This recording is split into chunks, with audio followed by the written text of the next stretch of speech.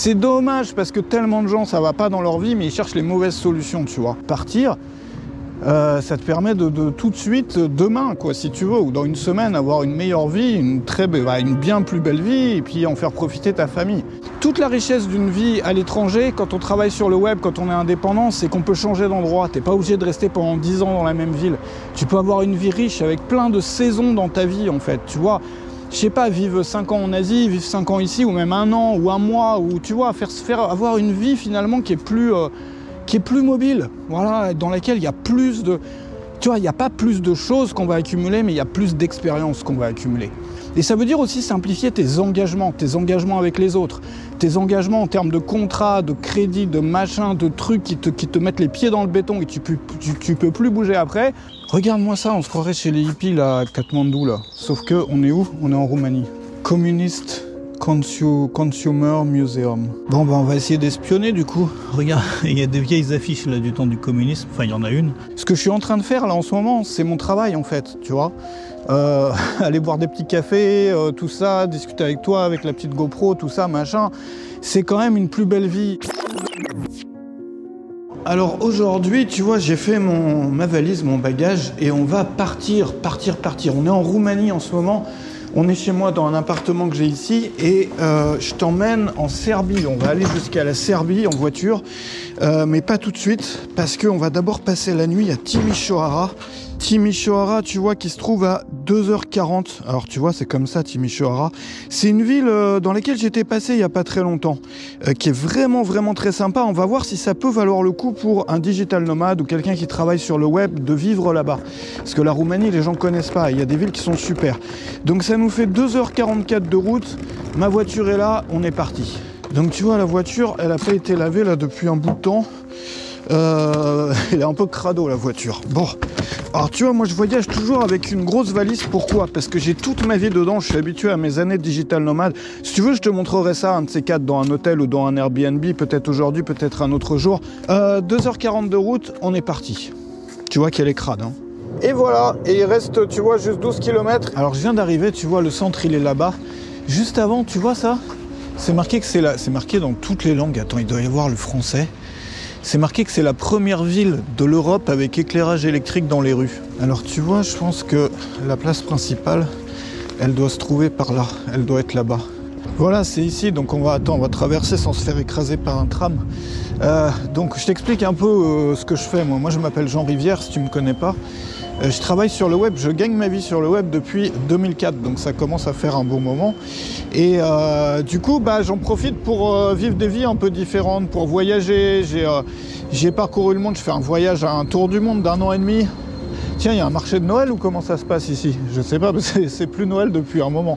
Ah, ça doit être le marché de Pâques. Et donc du coup, je travaille sur le web depuis 2004. J'ai fait plein de trucs, un petit tour du monde d'1 an et demi. J'ai habité dans un hôtel 5 étoiles à l'année. J'ai fait le contraire aussi. J'ai fait une maison en bois dans un village cambodgien. J'ai vécu dans un chalet en Transylvanie. Enfin, plein de trucs. Grâce à cette activité-là, quoi.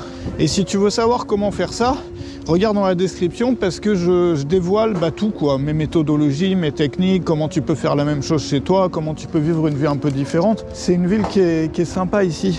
J'étais déjà passé plusieurs fois pour les gens qui bossent sur le web. Parce que déjà, tu es en Roumanie. La Roumanie, il y a plein d'avantages. Enfin, de plus en plus de gens qui travaillent.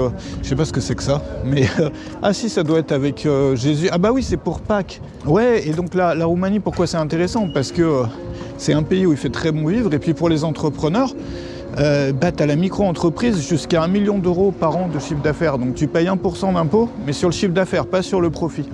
Juste 1% d'impôt jusqu'à 1 million d'euros par an. Et tu as 5% aussi sur les dividendes, mais c'est tout en fait. Donc tu t'en sors avec 6%, quoi. Donc tu vois, moi j'avais pas grand chose à faire là ces jours-ci, donc j'ai décidé de prendre la voiture pour venir ici, puis après faire un road trip comme je te disais, et puis partir vers la Serbie qui est pas très loin, je te montre là sur la carte. Donc c'est une ville étudiante, donc tu vois, ça bouge, il y a des activités culturelles, il y a des sorties à faire si t'aimes ça, donc c'est pas mal pour ça. Et ici, le coût de la vie, il est relativement bas, puisque, regarde, tu vois, alors j'ai regardé, ça c'est le salaire moyen dans cette ville ici, il est de 3128 lei, ce qui fait en euros au cours d'aujourd'hui 632 euros. Donc les revenus moyens sont à 632 € et tu as une vie super, quoi. Tu as tout ce qu'il faut comme resto, tu as tout ce qu'il faut comme sortie. Bon, ça, c'est pas forcément le plus joli bâtiment, mais c'est des pays dans lesquels on vit très bien. Surtout ici, je trouve, tu as une langue latine, tu as tout le monde qui parle anglais, enfin dans les villes, les jeunes ou dans les magasins, tout le monde va parler anglais, tu vois. C'est un peu bizarre parce qu'ici, c'est le week-end de la Pâque orthodoxe, donc c'est, tu sais, les orthodoxes. Ici, c'est 85%, je crois, du pays qui sont chrétiens orthodoxes. Enfin, les catholiques et les protestants n'ont pas toujours la même date de Pâques. Voilà. Et Pâques, ici, c'est beaucoup fêté, même quasi plus que Noël. Enfin, c'est sur le même plan que Noël. Tout le monde va en famille et tout, plus que dans un pays comme la France, tu vois. Il y a juste 1,2% de chômage ici à Timișoara. Mais le chômage, il est quasi inexistant, en fait, dans un pays comme ici. Bon, les revenus, ils sont forcément plus bas des salariés ici. Puisque, par contre, ça augmente, hein. Chaque année, ça augmente et ça augmente et ça augmente.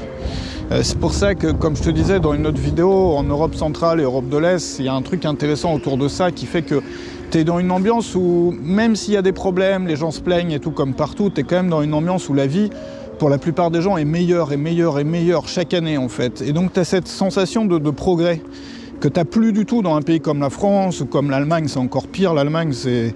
Je sais pas si tu es déjà allé en Allemagne récemment, j'irai bientôt. Mais bon, là, tu sens le déclin, tu vois ce que je veux dire. Après année, tu sens que tu vas bientôt rentrer dans le tiers-monde, quoi. Enfin, tu vois, je veux dire visuellement, pas forcément dans les chiffres, dans ce que gagnent les gens, mais dans la vie des vrais gens aussi, quoi. Donc voilà, on est à Timișoara, je crois que c'est sur cette place qu'a commencé la Révolution. Donc la Révolution en 1989, quand les gens se sont soulevés contre le communisme. Tiens, mais tu vois, ça donne ça de l'autre côté. Alors, je ne sais pas ce que c'est que ce bâtiment-là. C'est peut-être une synagogue, ou je ne suis pas sûr. Faudrait que je regarde sur Google Maps. Ce que j'ai regardé, là, pour te donner une idée, c'est le... Comment dire, je ne sais pas si tu vas voir grand-chose. C'est le coût d'un loyer ici, pour un petit appart correct, enfin un truc propre, correct, bien, tout ce qu'il faut. T'es à 1550 lei à peu près, donc 313 €, disons 300 €, tu vois, pour te loger ici. Donc c'est pas l'une des merveilles du monde, hein. Moi, les villes que je te montre, c'est pas des merveilles du monde, c'est des villes où il fait bon vivre. Parce que d'un côté, t'es en Europe, et puis t'as pas tous les désavantages des pays comme la France, en fait. Et les gens sont adorables, enfin, tu peux vraiment, c'est des pays dans lesquels tu peux faire ta vie, t'intégrer vraiment dans le pays. Enfin, tu vois, contrairement à l'Asie, moi j'ai habité longtemps en Asie, mais c'est plus dur évidemment de s'intégrer dans un pays asiatique que dans un pays comme ici, où vraiment tu vas faire partie du pays à partir du moment où tu as appris un peu la langue et tout, tu t'es fait des amis. Et je vais essayer de trouver un truc pour déjeuner, parce qu'il est quand même... Attends, il est quelle heure là? Là, il est 11h10, mais je me suis levé tôt ce matin, du coup j'ai vraiment faim. C'est mignon leur jardin, tu vois la louve là, ça c'est la louve romaine là, qui a donné naissance à Romulus et Rémus là. Tu sais, Romulus et Rémus, on apprenait ça à l'école. Pourquoi? Parce qu'en Roumanie, il y a tout un truc avec la louve romaine. Parce que Roumanie, ça vient tu vois, de Roma, de Rome en fait. Et comme il y a un peu toujours une tension, tu vois, regarde, il y a des trucs politiques là.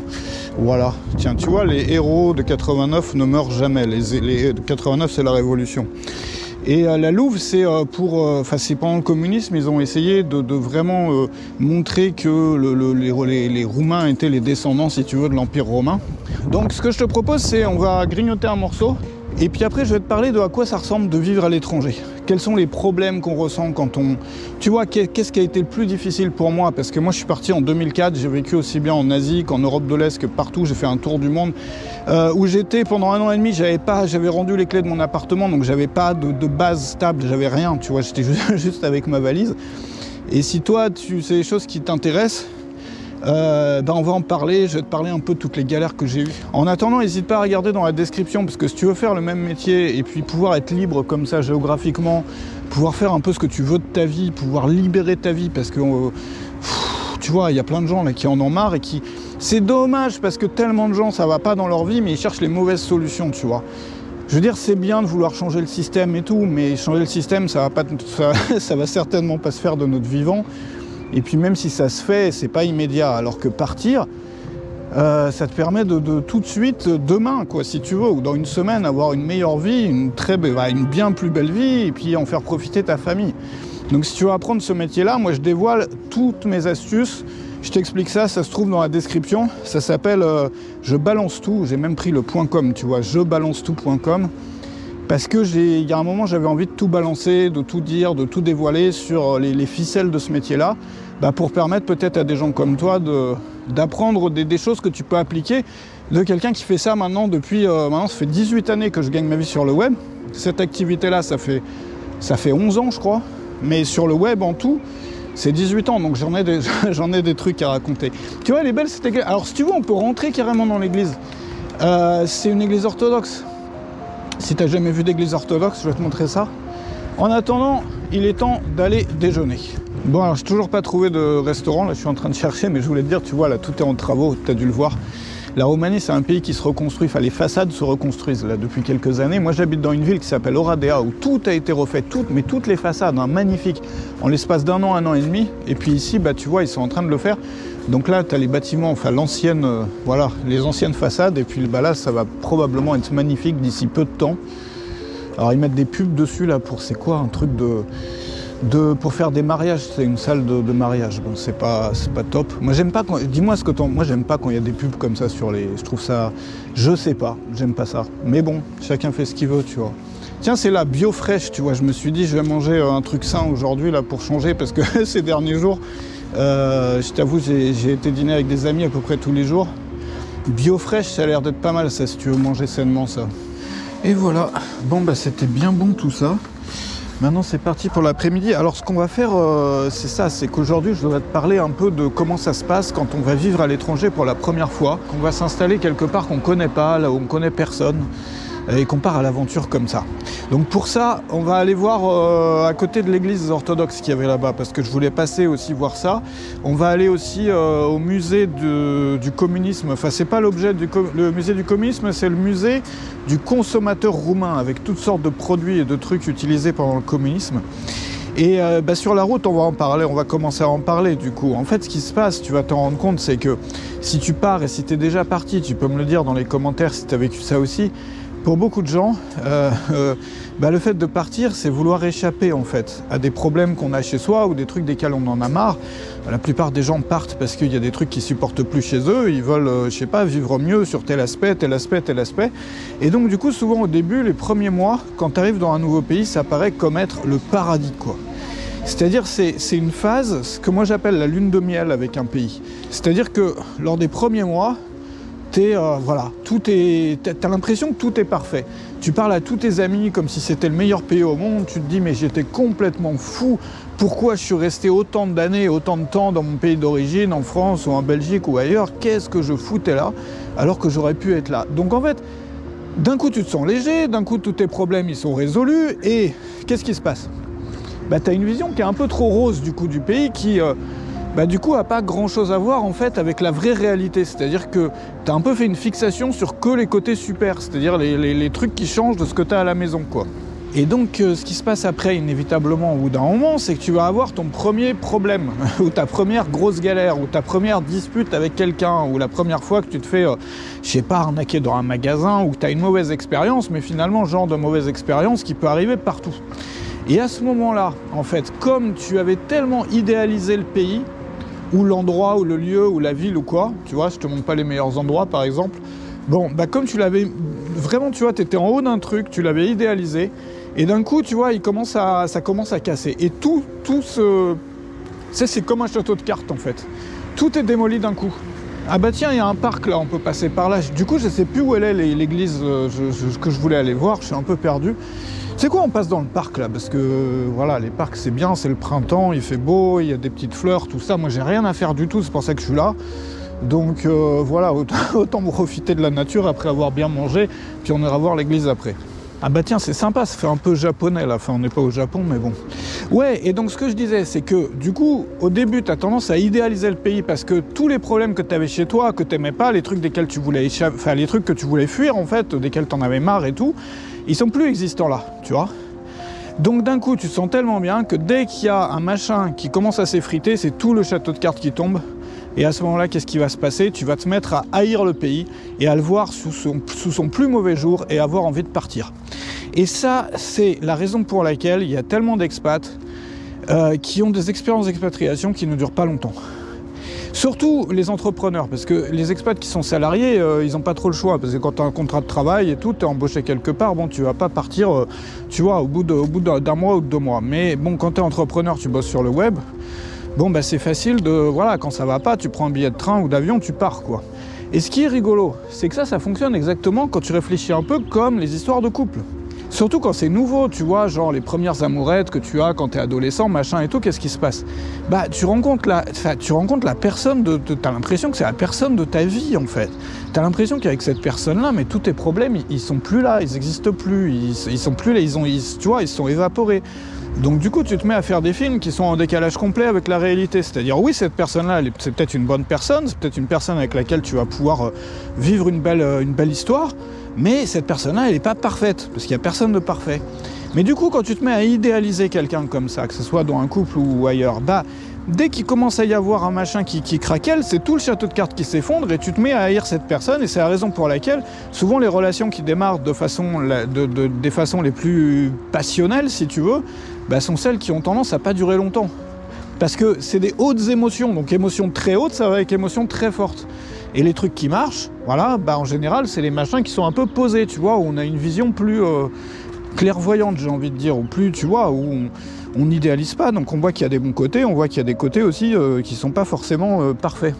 Mais pour les pays, en fait, c'est exactement la même chose. C'est-à-dire que si tu arrives, moi c'est ça que je te conseille, c'est de savoir que ça se passe comme ça, quand tu vas vivre dans un autre pays, et de le voir venir.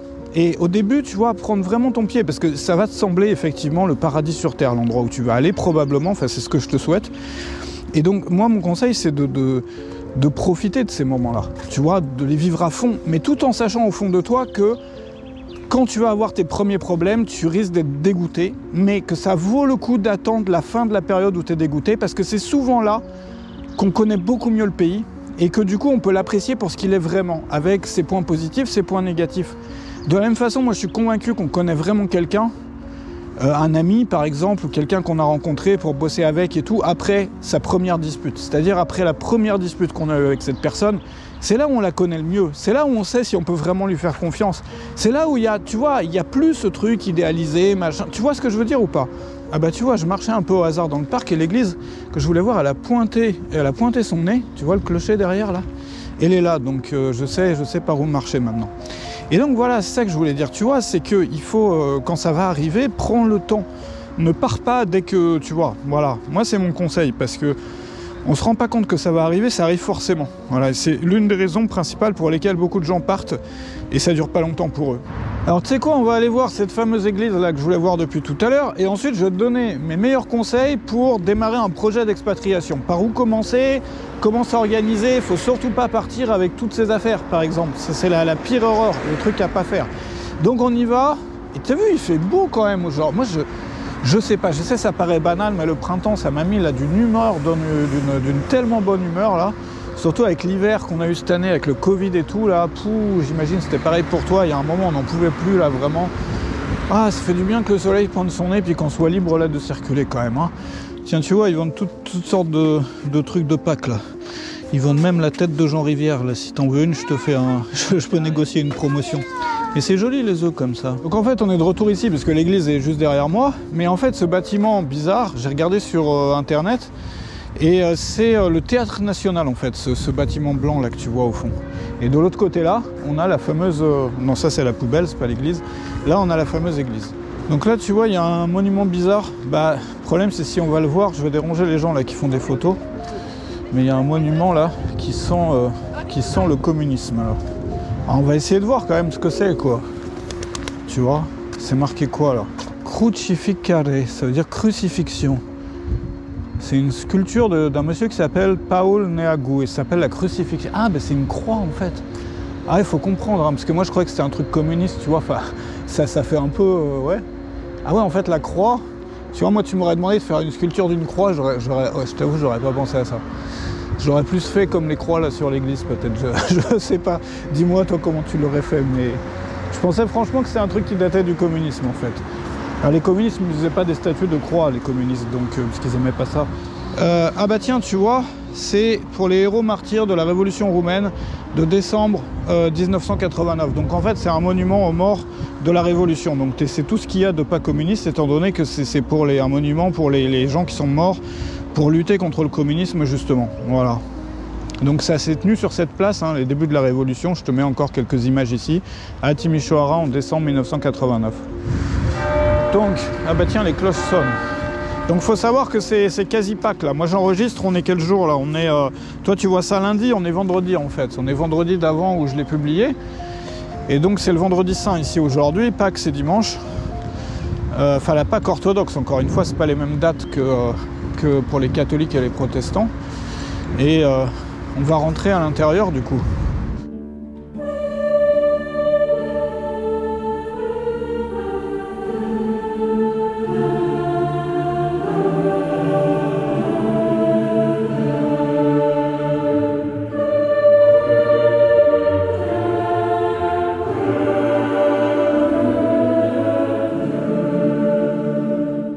Ce que je te propose qu'on fasse maintenant, c'est que je t'emmène au musée du consommateur communiste. C'est parti. Et puis en même temps, je vais te raconter, je vais t'expliquer, je vais te donner tous mes meilleurs conseils là pour partir, pour t'expatrier, comment ça se passe, qu'est-ce qu'il faut faire, qu'est-ce qu'il ne faut pas faire. On est parti. Ouais, je me suis planté de chemin, en fait, c'est pas par là, c'est par là. Et du coup, on va repasser par les parcs. Alors du coup, je vais te parler de ça en allant au musée du communisme là. Ce que je voulais te dire, c'est que moi, mon meilleur conseil, c'est déjà, dans un premier temps, de vivre dans l'endroit. Tu prends un Airbnb ou équivalent ou n'importe quoi en régime hôtelier pendant un mois, enfin pendant le maximum que tu puisses avoir de temps où tu puisses tester en fait l'endroit. Parce qu'on se rend toujours jamais compte sur internet, même si tu regardes des vidéos de gens, c'est jamais pareil en réalité parce qu'on a tous une vie différente, on a tu vois, des préférences différentes et il y a tellement de choses desquelles on ne peut pas se rendre compte tant qu'on n'est pas sur place. Donc venir passer quelques semaines, déjà c'est la première chose. Et ensuite, une fois que tu as décidé de t'installer dans un endroit, attends, il y a trop de vent là. Attends, je sais pas si on va s'entendre avec le vent, mais même la meilleure chose au-delà de ça que tu puisses faire, mais ça c'est pas forcément pour tout le monde, mais c'est si toi tu as envie d'avoir une expérience de digital nomade une fois dans ta vie, c'est-à-dire être tout le temps sur les routes. Profites-en pour voyager dans un maximum d'endroits, mais pas n'importe quels endroits. Des endroits dans lesquels tu te verrais bien vivre toi. Donc par exemple, tu fais une semaine ou un mois dans telle ville, une semaine ou un mois dans telle ville, mais que des villes dans lesquelles tu te verrais bien vivre, tu vois, que tu avais déjà regardé sur le web, qui t'avait intéressé et tout. Comme ça, tu vas voir en vrai. Et une fois que tu as décidé, ce que tu fais, c'est qu'il faut surtout pas partir avec tout ton matériel, faut surtout pas vider ta maison, mettre ça dans des cartons, faut surtout pas faire ça. Moi, ce que je te conseille, c'est d'abord de commencer par un grand projet de simplification de ta vie, de t'amuser à la maison avant de partir à minimaliser ta vie. Tu vois, tu lis des bouquins sur le minimalisme, sur l'organisation, et tu essayes de vivre avec le minimum. C'est un super défi. Moi, tu sais qu'à l'époque, c'est ça qui m'a permis de partir. Parce que j'ai même pas pour objectif de partir comme digital nomade avant d'avoir ma grande aventure. Mais je m'étais intéressé au minimalisme via un blog américain qui s'appelait Zen Habits. Et ça m'avait tellement fasciné qu'on puisse vivre avec si peu de choses et que finalement, le fait de vivre avec peu, ça t'apporte une liberté qui est extraordinaire parce que tu as moins de choses à penser, tu as moins de trucs qui t'encombrent l'esprit. Les gens croient qu'en accumulant des choses, en fait, on se sent mieux. Alors qu'accumuler des choses, ça crée du stress, ça crée de l'anxiété. Parce que quand tu as un truc, il faut le ranger, il faut l'entretenir, tu vois, ça te bloque aussi géographiquement. Et donc, je me suis amusé à faire ça à la maison chez moi. Et puis, je me suis rendu compte au bout d'un moment, quand j'avais fini tout le parcours, quand j'avais tout bien organisé et vraiment limité les objets desquels je me servais, que tous les objets desquels j'avais besoin, tout ce dont j'avais vraiment besoin pour vivre et pour bien vivre, ça tenait dans un sac à dos ou dans une valise. Et c'est à ce moment-là que je me suis dit, mais attends, qu'est-ce que je suis en train de faire là, quoi? Si tout rentre dans une valise, mais il faut que je parte sur les routes. J'ai mon boulot qui tient aussi dans une valise parce que j'ai besoin que d'un ordinateur, à la limite d'une caméra. Et du coup, je me suis dit, mais qu'est-ce que je suis en train de faire, quoi? Et à l'époque, j'étais en Belgique. J'étais à Bruxelles, tu vois, je vivais à Bruxelles à l'époque. Et puis, j'ai un ami de Bruxelles qui était d'origine de Malaisie. Et qui commençait à envoyer des photos, tu sais, moi j'étais en plein hiver, ça caillait tout ça, des photos, tu vois, en Malaisie, climat tropical, machin, sous les torrents, dans les torrents, machin, sous les cocotiers, et je me suis dit, c'est pas possible, moi regarde, moi j'ai mon boulot en ligne, j'ai mes trucs qui tiennent dans un petit sac, l'autre là il est en train de m'envoyer des photos de Malaisie, c'est bon, je pars quoi. Alors moi je suis pas allé en Malaisie, enfin j'y suis passé, Mais j'ai vécu en Thaïlande comme ça. Puis bon, après, j'avais besoin de revenir en Europe parce que j'aime quand même l'Europe et puis je suis attaché à l'Europe. Tu vois, voilà, je suis européen, mais je vais revenir en Asie tous les ans à partir de maintenant que le Covid c'est fini. Donc ça, c'est mon conseil, c'est commence par minimaliser. Déjà, tu fais le test des pays pour voir si ça te plaît vraiment. Ensuite, minimalise tout. Toute la richesse d'une vie à l'étranger, quand on travaille sur le web, quand on est indépendant, c'est qu'on peut changer d'endroit. Tu n'es pas obligé de rester pendant 10 ans dans la même ville. Tu peux avoir une vie riche avec plein de saisons dans ta vie, en fait. Tu vois, je sais pas, vivre 5 ans en Asie, vivre 5 ans ici, ou même 1 an, ou 1 mois, ou tu vois, avoir une vie finalement qui est plus mobile. Voilà, dans laquelle il y a plus de... Tu vois, il n'y a pas plus de choses qu'on va accumuler, mais il y a plus d'expériences qu'on va accumuler. Et tu vois comme c'est joli Timișoara, tu as même des petites péniches. Du coup, je sais pas où il est ce musée, parce que je suis parti, je crois, je regarde le téléphone, je crois qu'on est parti dans la mauvaise direction, mais je t'ai emporté là dans mon discours là-dessus. Mais vraiment, c'est ça la clé. Si tu veux vraiment partir et partir bien, partir en étant bien, tu vois, en étant, voilà, sans qu'il te manque rien finalement. Et ça veut dire aussi simplifier tes engagements avec les autres, tes engagements en termes de contrat, de crédit, de machin, de trucs qui te mettent les pieds dans le béton et tu peux plus bouger après. Faire vraiment attention et être vigilant là-dessus, parce que c'est très facile de s'engager quand on est en Europe de l'Ouest. C'est très facile, tu as toutes ces sociétés, tous ces machins qui disent engage-toi, signe le contrat, et après tu fais quoi toi? Après t'es bloqué, c'est comme si on t'avait attaché à ce réverbère et que tu pouvais plus en... Tiens, qu'est-ce qui est marqué là, sur ce fameux réverbère? Ah, ça doit être orthodoxie et nationalisme, voilà. Bon bah, vous avez les mêmes en France, mais c'est pas l'orthodoxie. Tiens, tu vois, ils ont les cadenas là, comme à Paris. Mais c'est sympa ici, tu vois que Timișoara, c'est une ville... ça fait combien d'habitants? Ouais, ça en fait 300 000, je viens de regarder là, 300 000 habitants ici. Bon, on a l'impression qu'il n'y a pas grand monde parce que, je sais pas pourquoi. En plus, c'est le grand angle, tu vois, sur la caméra. Donc à chaque fois, avec le grand angle sur la caméra, comme ça, avec une GoPro ou quoi, t'as l'impression qu'il n'y a personne dans la ville, mais en fait, il y a du monde quand même. Bon, du coup, il faut traverser tous ces quartiers résidentiels là, mais tu vois que c'est joli comme tout. En fait, moi, j'adore cette ville, quoi. C'est vert, tu peux marcher, il y a des bons restaurants. C'est vraiment, vraiment pas mal. En plus, bah, c'est tout près de la Serbie, si t'aimes bien aller en Serbie, c'est tout près de la Hongrie, si t'aimes bien aller en Hongrie, tu peux faire des petits week-ends ou des petites semaines tranquilles comme ça dans d'autres pays. Dans cette rue là, t'as une petite vibe, truc maison de grand-mère et tout que j'aime beaucoup, tu vois. Tiens, regarde-moi ça comme c'est joli, on se croirait un peu au Cambodge, mais tu vois, en version européenne, je sais pas, il y a un truc qui me rappelle le Cambodge. Peut-être le petit café là, là t'as un café avec un petit alien, c'est sympa, c'est un peu le café de hippie là, tu vois. C'est pour ça doit me rappeler le Cambodge. Tiens, tu sais quoi, il y a le temps là avant d'aller voir le musée du consommateur communiste. Moi je trouve ça mignon comme tout ici. Regarde-moi ça, on se croirait chez les hippies là à Katmandou là. Sauf que on est où? On est en Roumanie. J'adore, j'achète tout. Bah voilà, regarde, on va se poser là. Un petit café ici avant d'aller voir le musée. Tiens, on dirait une... Ah ouais, c'est pas une tiny house, c'est un container, mais c'est un peu pareil. On nous a dit qu'à l'arrière c'était sympa, qu'on pouvait se poser dans la cour là. On va visiter, hein. Ah bah c'est sympa comme tout ça. Tu peux même te poser dans la géode là. Tu vois, moi j'ai pour projet de me faire une maison, j'aimerais bien avoir un peu ce genre de... Tu vois, j'adore ce genre de truc là, tu vois. Bah tu sais quoi, je vais me poser là. Hop. Voilà. Bon alors, normalement ça doit être ici le musée. Ouais, on dirait, mais regarde-moi ça, ça a l'air fermé ici. Communist Consumer Museum. Mais c'est dommage. Horaire, lundi, vendredi, 10h, 23h. Et on est vendredi, et il est 13h25. Qu'est-ce qui se passe? Bon, bah on va essayer d'espionner du coup. Regarde, il y a des vieilles affiches là du temps du communisme, enfin il y en a une. Je sais pas, du coup demain moi je suis en Serbie, donc je voulais vraiment voir ça. C'est dommage.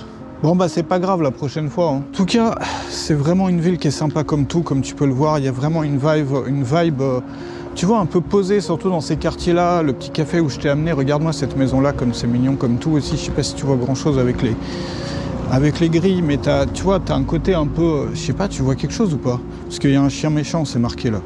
Je sais pas, il a pas l'air très méchant. Bah ça a l'air abandonné, tu vois. Regarde, c'est magique quoi.